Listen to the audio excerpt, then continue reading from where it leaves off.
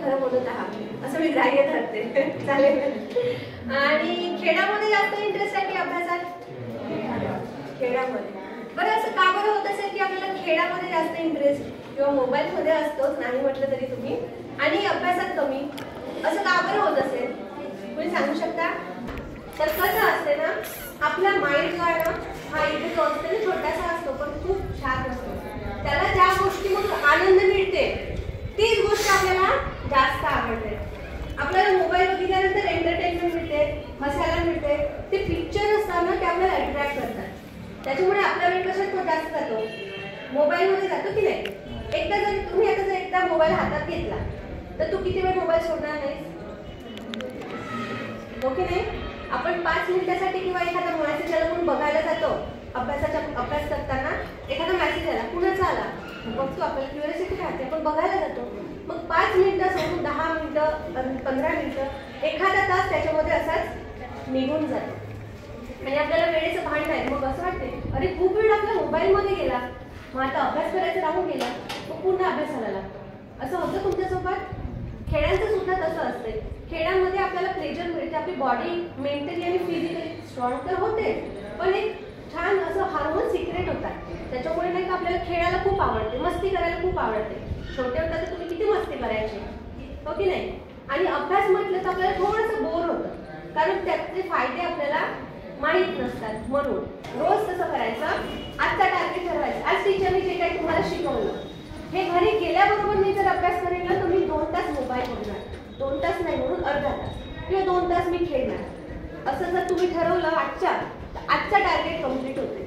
आणि तुम्ही एक म्हण ऐकली असेल ना, थेंबे थेंबे तळे साचे. जर तुम्ही विचार करा रोज अभ्यास केला तर मग शेवटी तुम्हाला काय करावं लागेल? फक्त रिव्हिजन, हो की नाही? आता छोटीशी गोष्ट सांगते. 2 मुलं असतात, लक्ष देऊन ऐका. 2 मुलं असतात. एक मुलगा काय करतो, त्यांचे आता 2-4 दिवसांनी पेपर असतात किंवा दुसऱ्या दिवशी पेपर असतात असं समजा. एक मुलगा काय करतो की रात्र दिवस अभ्यास करतो आणि दुसरा मुलगा काय करतो, थोडासाच अभ्यास करतो, खेळायला जातो. मग आता कोणता एक्झाम मध्ये चांगला पास होईल? रात्री दिवस अभ्यास करणार तुम्ही, सांगा ना. काही लागायचा प्रश्न नाहीये.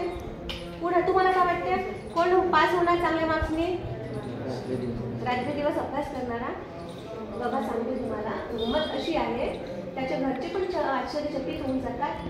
जो मुलगा रात्री दिवस अभ्यास करतो तो फेल होतो आणि जो 4 तास अभ्यास करतो तो पास होतो.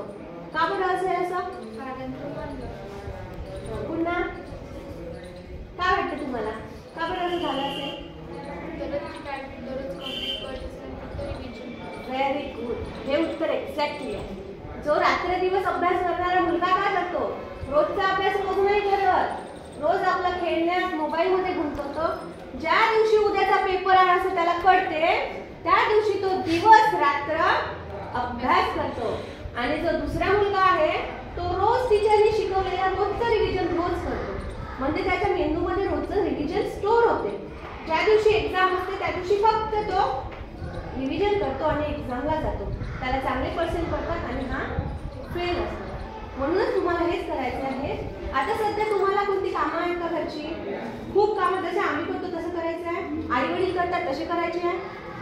तुम्हाला आता काय करायचं आहे? अभ्यास, हो की नाही? हे एकच काम आहे ना, याच्यासाठी तुम्हाला शाळेत पाठवतात. मग टीचर जे तुम्हाला रोजचं देतात ना ते जर तुम्ही मन लावून रोज केलं, दिवसभर नाही करायचा, वेळच ठरवायचा की 2 तास फक्त अभ्यास करणार, मग नाही करणार, चालेल. त्या 2 तास करून तुम्ही जेव्हा पेपरला जाल तेव्हा फक्त तुम्हाला रिव्हिजन करायची गरज पडेल आणि सगळं तुमच्या मेंदूमध्ये स्टोर राहते. मग तुम्हाला ते आपोआप आठवते. ह्या झाला त्या गोष्टीमधला सार. मग असा रिवॉर्ड पण द्या स्वतःला की हा मी आता पास होईल ना, किंवा जर आजचा अभ्यास करेल ना तर मग मी अर्धा तास मोबाईल पाहिजे, आजचा रिव्हिजन कंप्लीट करेल ना मी मित्रासोबत खेळायला जाते. असं केल्यानंतर आपल्या मेंदूला एक चालना मिळते की अरे ही मुलगी म्हणत आहे ते करत आहे, मग तिला खेळू दे किंवा म्हणून आता अभ्यास करू दे, असं होते. आणि मग तुम्ही आरामात तुमचं टार्गेट कंप्लीट करू शकता. कुणाला असं वाटतं की टार्गेट आयुष्यात खूप महत्त्वाचं आहे? तर हे बघा, एक मुलगा आहे जो एका रस्त्याने निघाला आणि एक मुलगा आहे तो पण रस्त्याने निघाला. पण या मुलाला माहित आहे की मी तिथे पोहोचणार आहे किंवा मला तिथेच जायचं आहे. या मुलाला माहित नाही, हा मुलगा असा फिरत जातो. पण या मुलाला माहित आहे रस्ता कुठे पोहोचायचा आहे. आता जसे ट्रेन निघाली, त्याला स्टेशनच नाही माहिती मला इथपर्यंत पोहोचायचं आहे, तर ते कुठेही थांबू शकते किंवा घसरू शकते रोडावरून. म्हणून टार्गेट एवढा महत्त्वाचा आहे की जर आपल्याला आता माहित असेल आपलं टार्गेट काय आहे, तर आपण त्या ठिकाणापर्यंत सरळ मार्गाने पोहोचू शकतो. एवढा महत्त्वाचा टार्गेट आहे.